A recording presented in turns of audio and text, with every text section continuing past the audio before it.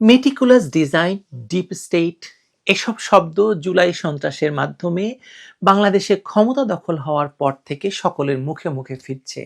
বিশেষ করে বাংলাদেশে ২০২৪ সালের আগস্টের ক্ষমতা দখলের ঘটনা যে দেশি বিদেশি ডিপ স্টেটের প্রত্যক্ষ এবং পরোক্ষ হস্তক্ষেপে ঘটেছে এবং যুদ্ধাপরাধী জামায়াত ইসলামীর একাধিক ফ্রন্ট যে এসব ডিপ স্টেটের সন্ত্রাসী হিসাবে রাজপথে রক্ত ঝরিয়েছে, কখনো 7.62 রাইফেল দিয়ে, কখনো পুলিশ হত্যা করে উল্টো করে ঝুলিয়ে রেখে লাশ পুড়িয়ে দিয়ে, কিংবা সারা দেশে মব সৃষ্টি করে, তা এখন আর গোপন নেই। এবং সেই ২০২৪ সালের আগস্ট থেকে ইউনূসকে আরো 5 বছর ক্ষমতায় রাখার গল্প এই ডিপ স্টেট ছড়িয়ে দিয়েছিল। কিন্তু এখন হঠাৎ করে ইউনূস সরকারের সাবেক ছাত্র উপদেষ্টা AK-47 এর গর্বিত মালিক, হাজার কোটি টাকার দুর্নীতিতে অভিযুক্ত এবং বর্তমানে এনসিপি বা নাপার মুখপাত্র আসিফ মাহমুদ সজীব ভুঁইয়ার মুখে এই ডিপ স্টেটের গল্প কেন আসছে বলুন তো?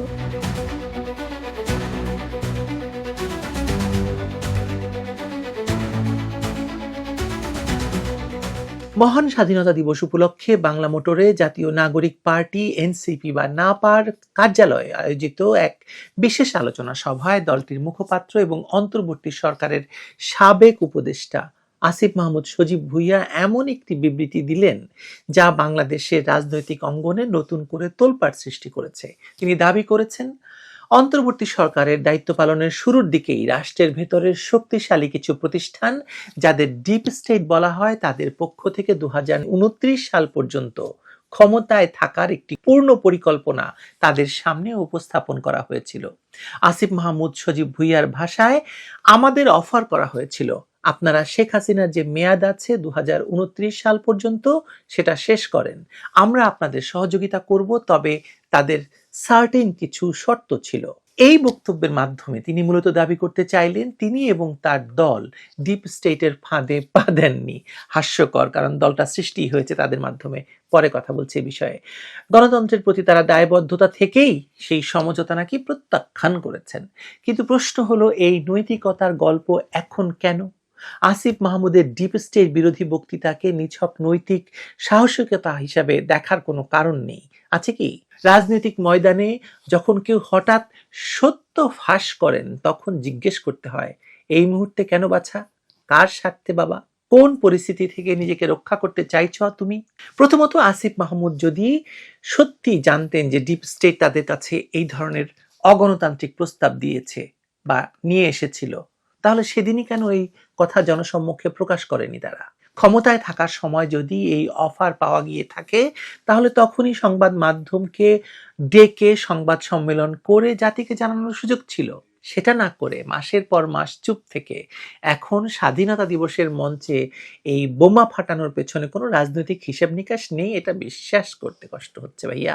দ্বিতীয়ত, আসিফ মাহমুদ সজীব ভুঁইয়া নিজেই সেই সরকারের একজন সক্রিয় উপদেষ্টা ছিলেন, যে সরকারটি আসলে গঠন করেছে ডিপ স্টেট, যে সরকারটি নিজে ডিপ স্টেট, সেই সরকারের যেটি জুলাই সন্ত্রাসের মাধ্যমে ক্ষমতায় এসেছে এবং যে সরকারকে ডিপ স্টেট তাদের প্রয়োজনে গড়েছে, ব্যবহার করেছে এবং ফেলে দিয়েছে। তৃতীয়ত, আসিফ মাহমুদ বলেছেন নির্বাচনের লেভেল প্লেইং ফিল্ডের কথা, মানে তাদেরকে পদত্যাগ করানো হয়েছিল এই কথা বলে। অথচ তো এখন বিগত সরকারের 2 জন গুরুত্বপূর্ণ ব্যক্তিকে বর্তমান সরকারের মন্ত্রী পর্যায়ে বসানো হয়েছে।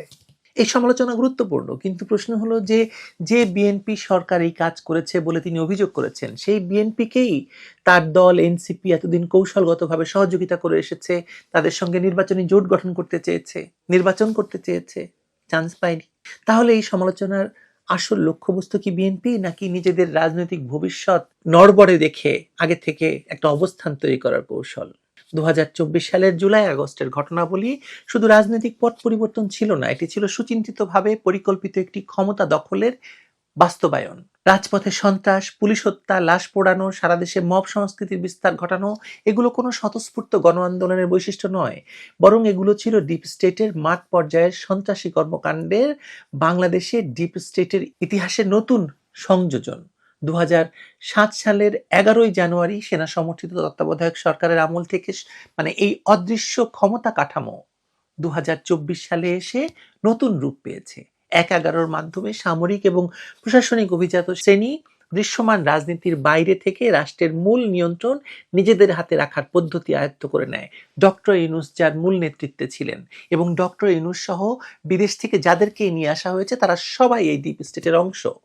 ডক্টর মোহাম্মদ ইউনূসের নেতৃত্বে অন্তর্বর্তী সরকার গঠনের সময় অনেকেই প্রত্যাশা করেছিলেন যে প্রশাসনিক কাঠামোয় আমূল পরিবর্তন আসবে। বাস্তবে দেখা গেছে ভিন্ন চিত্র। প্রশাসনের গুরুত্বপূর্ণ পদগুলোতে পুরনো আমলাদেরকে নিয়ে আসা হয়েছে যারা আসলে ডিপ স্টেটের হয়ে কাজ করেছেন। অভ্যন্তরীণ সমঝোতার মাধ্যমে কেউ কেউ পদ পেয়েছেন নতুন করে, কিন্তু ক্ষমতা কাঠামোতে তেমন বদল হয়নি। এই বাস্তবতা প্রমাণ করছে যে দৃশ্যমান নেতৃত্ব বা সরকার বদলে গেলে ডিপ স্টেট বিদায় হয় না। আসিফ মাহমুদ নিজেও যখন উপদেষ্টার পদে ছিলেন তখন এই কাঠামোরই একটি মুখ ছিলেন তিনি বা তার দল। পুরো তার এনসিপি গঠন হয়েছে কিভাবে? এনসিপি গঠন হয়েছে, বিএনপি যে প্রক্রিয়া গঠন হয়েছিল 1975 সালে বঙ্গবন্ধুকে হত্যার পর, ঠিক একই প্রক্রিয়ায় এনসিপি গঠন করা হয়েছে কিংস পার্টি হিসেবে। আসিফ মাহমুদ স্বীকার করেছেন যে বিএনপি নেতাদের মামলার তারিখ ঘুরিয়ে পেঁচিয়ে তাদের নির্বাচনের অযোগ্য রাখার কৌশল সহ তারেক রহমানকে রাজনৈতিক মঞ্চ থেকে দূরে রাখার পরিকল্পনা তাদের সামনে পরিবেশন করা হয়েছিল। প্রশ্ন হলো, এই তথ্য তিনি তখনই জনসম্মুখে প্রকাশ করেননি কেন? আবারও তুলছি সেই প্রশ্ন, কেন এতদিন পর তিনি এই প্রশ্ন তুলছেন? বাংলাদেশের ডিপ স্টেটের চরিত্র হলো এটি কোনো নির্দিষ্ট রাজনৈতিক দল বা ব্যক্তির প্রতি স্থায়ীভাবে অনুগত নয়। সামরিক আমলাতন্ত্র, প্রভাবশালী বেসামরিক আমলা এবং নেপথ্যের গোয়েন্দা নেটওয়ার্ক মিলিয়ে যে ত্রিভুজ আকার ক্ষমতা কাঠামো তৈরি হয়, সেটি ১-১১ পর থেকে প্রতিটি সরকারের আমলে টিকে ছিল এবং প্রতিবার নিজেদের নতুন রূপে উপস্থাপন করেছে। জুলাই সন্ত্রাসের মাধ্যমে ক্ষমতার পট পরিবর্তনে তাদের ভূমিকা নিষ্ক্রিয় ছিল না, বরং জুলাই সন্ত্রাসীদের সরকারের উপর আরেকটি অদৃশ্য সিদ্ধান্ত কেন্দ্র সক্রিয় ছিল। এই প্রক্রিয়ার ভেতর আসিফ মাহমুদ সজীব ভুইয়া, আসিফ নজরুল, ফারুকী, এরা সবাই তো অংশ এটার। আসিফ মাহমুদ নিজেও এটার অংশ। এখন নিশ্চয়ই এমন কোনো গন্ডগোল হয়েছে যে গন্ডগোলের কারণে তিনি ডিপ স্টেট করছেন। আমার কি মনে হয় জানেন? আমার মনে হচ্ছে যে আসিফ মাহমুদকে ডিপ স্টেট কিছু একটা বলেছে।